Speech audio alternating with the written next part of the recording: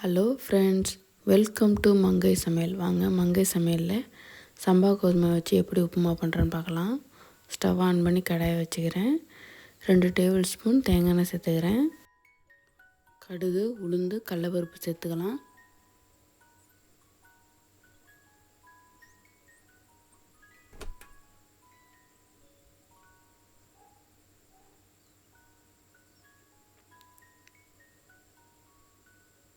நல்லா வதங்கினதுக்கு பாடு கருவேப்பிலை சேர்த்துக்கிறேன்.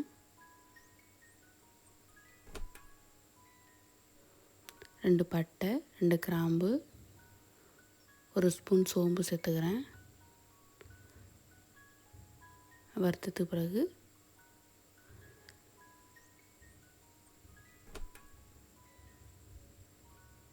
பத்து முந்திரி பருப்பு சேர்த்துக்கிறேன்.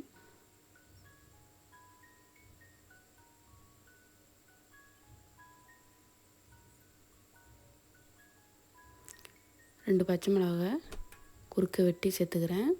ஒரு பெரிய வெங்காயத்தை நைஸாக கட் பண்ணி சேர்த்துக்கிறேன்.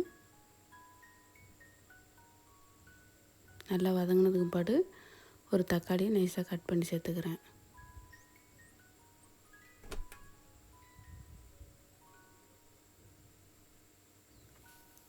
வதங்கினதுக்கு பிறகு காய்கறியெல்லாம் சேர்த்துக்கலாம். ஒரு கைப்பிடி உருளைக்கிழங்கு சேர்த்துக்கிறேன். ஒரு கைப்பிடி பீன்ஸு சேர்த்துக்கிறேன். ஒரு கைப்பிடி கேரட்டு சேர்த்துக்கிறேன். நான் ஒரு பட்டாணி ஊற வச்சு வச்சுருக்கேன், பட்டாணியும் சேர்த்துக்கிறேன்.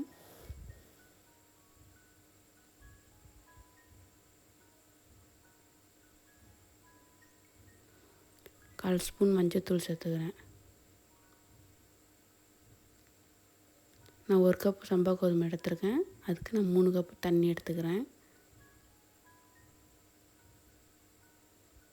நான் 1/4 கப் பால் சேர்த்துக்கிறேன். தேவையான அளவு உப்பு.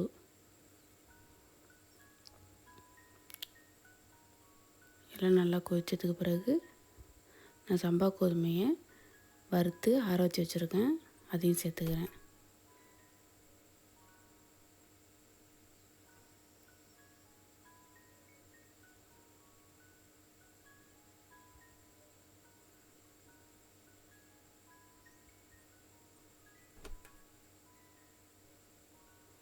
நான் ஒரு பிளேட் போட்டு மூடி வச்சுக்கிறேன். ஒரு 5 நிமிஷம் லோ ஃப்ளேம்லேயே வச்சுக்கிறேன்.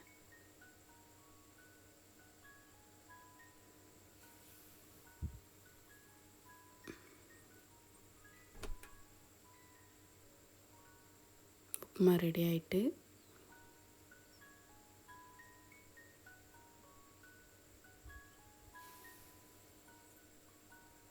இந்த வீடியோ பிடிச்சிருந்துச்சுன்னா மங்கை சமையலுக்கு சப்ஸ்கிரைப் பண்ணுங்கள், ஷேர் பண்ணுங்கள், கமெண்ட் பண்ணுங்கள். தேங்க்யூ ஃபார் வாட்சிங்.